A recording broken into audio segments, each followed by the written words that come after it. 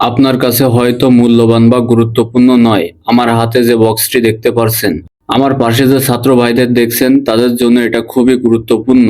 বেশ কয়েকদিন আগে এই পথ দিয়ে যাওয়ার সময় দেখি মাদ্রাসার ছাত্র ভাইরা এখানে খেলাধুলা করছে। তাদের নির্দিষ্ট কোনো উপকরণ ছিল না।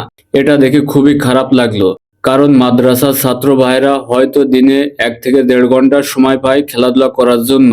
আজ এখানে আসার একটাই উদ্দেশ্য, তাদের মুখে ক্ষুদ্র হাসি ফোটানো।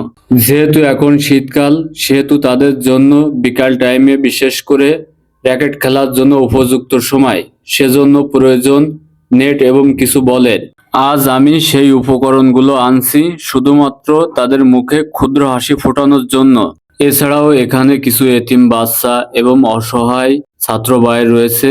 আমি চাই তাদের পাশে দাঁড়াতে।